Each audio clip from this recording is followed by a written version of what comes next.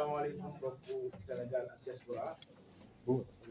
tey mouvement national des artisans patriotes dafa woote woon ndaje bi tëjee ko ak benn point de presse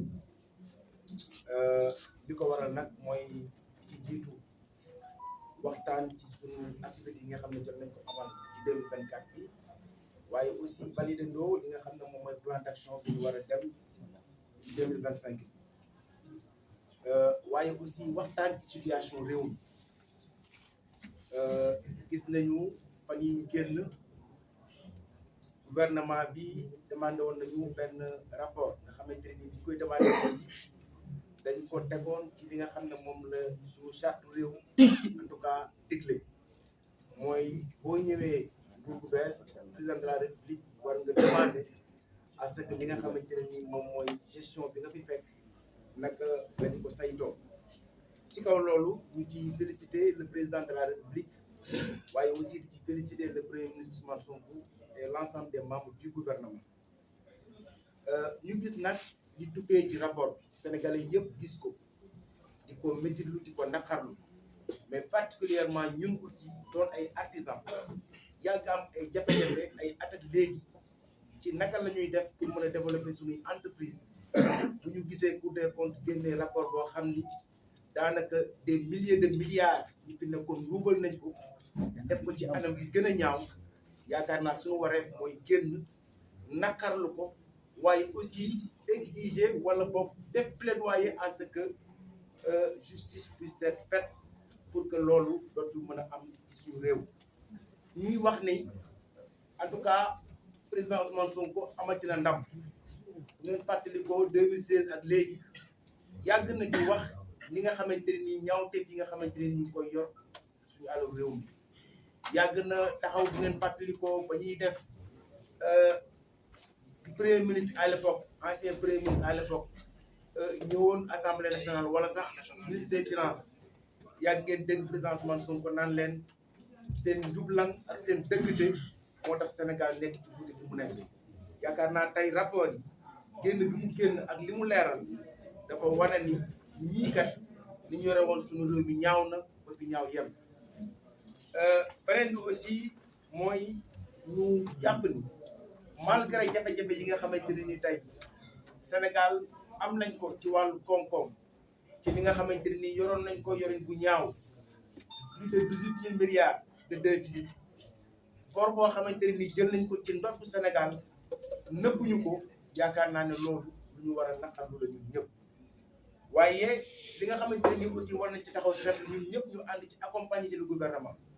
mooy malgré coono bi ñu fekk ci réew mi terewul li ñu war a def ñu ngi koy def taxawaay bi ñu war a am ñu ngi koy am kon ñun aussi en tant que des artisans li ñu war mooy accompagner le président de la République accompagner le premier ministre accompagner l'ensemble des membres du gouvernement te xam ni fekk nañ fi ay jafe-jafe waaye ñun war nañ leen a mën a accompagnement bi nag ñun dañu gëm ni bi ci jiitu mooy tey gis nañ ne li nga xam ne état bi bëgg na ko wala boog fi mu jàpp ne war na fa mën a jël ay ressources bokk na ci lu ñuy wax les ressources domestiques ñu mun koo tuddee ay lempo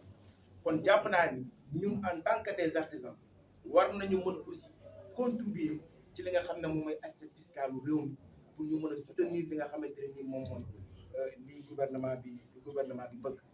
donc loolu moo taxoon tey ñun en tant que mouvement national des artisans patriotes ñu woo suñu point focaux yi nekk ci Sénégal yëpp partagé ci ak ñoom demande leen aussi ñoom ñëpp kenn ku ci nekk boo delloo taxawaay bi nga xamante ne nii war nga koo am nga taxaw ci fexe ba atelier bu ne chantier bu ne képp kuy artisan xam dëgg-dëgg lan moo nekk ci rapport boobu ak ñaawte yi nga xamante ne nii nguuru Macky Sall ak ñi mu àndal def nañ ko duubal suñu alalu réew mi ma bëggoon rek balaa may tëj li nga xam ne moom mooy déclaration bi am ñaari kàddu yu ma ci sànni parce que gis naa suñu collègue bi nga xamante ne nii fële ci assemblée nationale ñu gën koo xam ci kiriku ñu wane indiscipline ak xamadi am ay kàddu yu ñaaw yu muy yëkkati di ko teg ci président parti bi ñu jàpp ni il faut que sénégalais yi xam kan mooy kiriku d'abord ku matul nit la et je pèse bien mes mots xam nga nit bu fekkente ne yàlla dafa def nga am noo bindoo matoo nit doon daanaka un prématuré yaakaar naa boo amulee xam-xam munoo wax ci débat technique chaque fois bu ñu interpellé ci ay débat technique contrairement ak ñi nga xamante ni ñoom ñoo nekk Pastef ñu ci mel ni ñoom docteur Baba Abou nañ ciy tontoo scientifiquement moom abaa amul capacité technique yooyu pour mun ci tontu ndax dégg ngeen ko fi jamono yéen ñu génn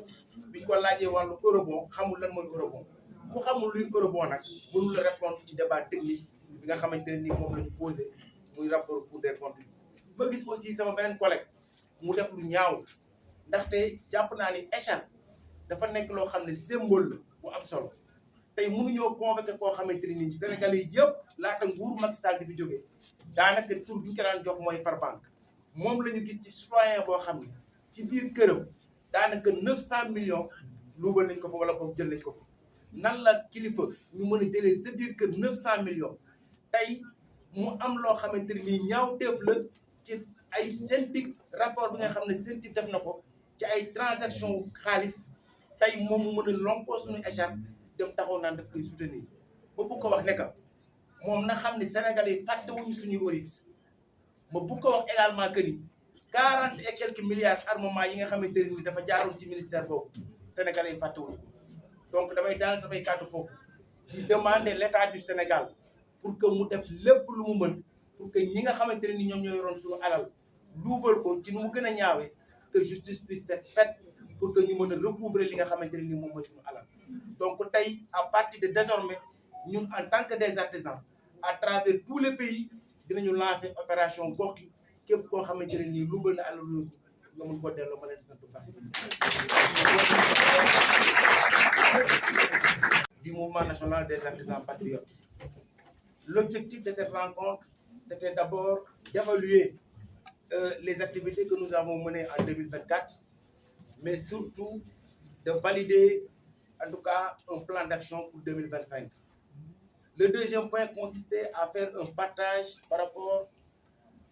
au rapport que la Cour des comptes a publié récemment.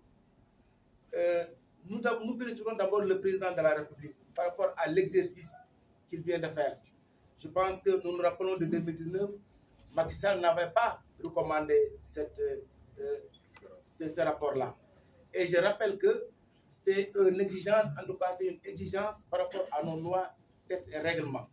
Quand un nouveau gouvernement vient, il doit d'abord faire un rapport pour savoir qu'est-ce qui est dans nos comptes. Et pour cela, nous félicitons le gouvernement par rapport à cet acte qu'il a eu à faire. Mais je voudrais également rappeler que cela ne nous surprend guère, parce que depuis des années, le président Ousmane Sonko alertait par rapport à la gestion de nos ressources. Nous avons tous constaté de 2016 à nos jours que le président Ousmane Sonko alertait les Sénégalais par rapport à la mauvaise gestion de Macky Sall et de son équipe. Et sur ce, nous voulons demander à l'ensemble des artisans du Sénégal qu'ils puissent comprendre la situation que le président de la République a trouvée dans ce pays et que nous devons également accompagner pour la réussite de la mise en œuvre du projet. Et pour cela, il faudrait que nous également, en tant que des citoyens, qu'on puisse accompagner le gouvernement à la participation de l'assiette fiscale. Donc ça aussi, nous avons demandé ou nous demandons à tous les artisans de faire un effort par rapport à la participation des taxes que nous devons payer pour que l'État puisse véritablement avoir au moins des ressources pour faire face à ce déficit. Je voudrais également terminer par rapport à peut-être deux de mes collègues qui sont au niveau de l'Assemblée nationale. L'un s'appelle Kiroukou, qui est indiscipliné, un indiscipliné notoire, mais quand même qu'on peut résumer par rapport à sa taille, à sa petite taille. Et aujourd'hui, il faut reconnaître une chose. Quelqu'un qui n'a pas d'argument, tout ce qu'il peut dire, c'est peut-être faire des insultes. Mais je voudrais juste lui lancer un appel. Ça va cesser par A ou par B. Parce que ce n'est pas lui et le président Ousmane Sonko. Nous lui demandons d'abord d'aller se cultiver. Contrairement à nos cadres aujourd'hui, qui à chaque fois qu'il y a un débat technique, ils donnent des réponses techniques. Je peux citer le Dr Babou, contrairement à lui qui ne sait même pas ou qui ne connaît même pas la différence ou ce que ça veut dire eurobond. Donc lui, nous lui demandons de rester tranquille et de se discipliner. Il y a aussi un autre collègue qui aujourd'hui, malheureusement, nous l'avons vu porter un écharpe par rapport à l'audition de Farban. Tout le monde sait que Farban, c'est quelqu'un quand même, c'est le seul Sénégalais où on a eu à voler plus de 900 millions chez lui. Donc aujourd'hui, ce dernier-là, si la CENTI fait un rapport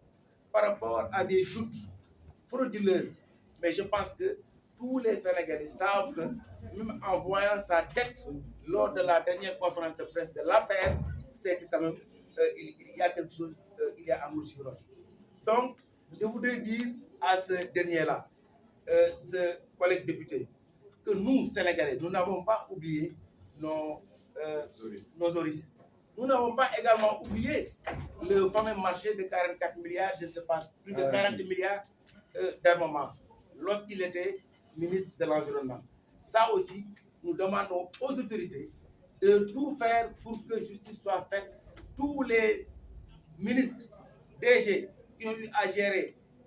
au moment où Macky Sall était là, qu'on puisse véritablement les autorités faire le travail qu'il faut. Et à partir de désormais, à partir de ce jour, nous, en tant que des artisans,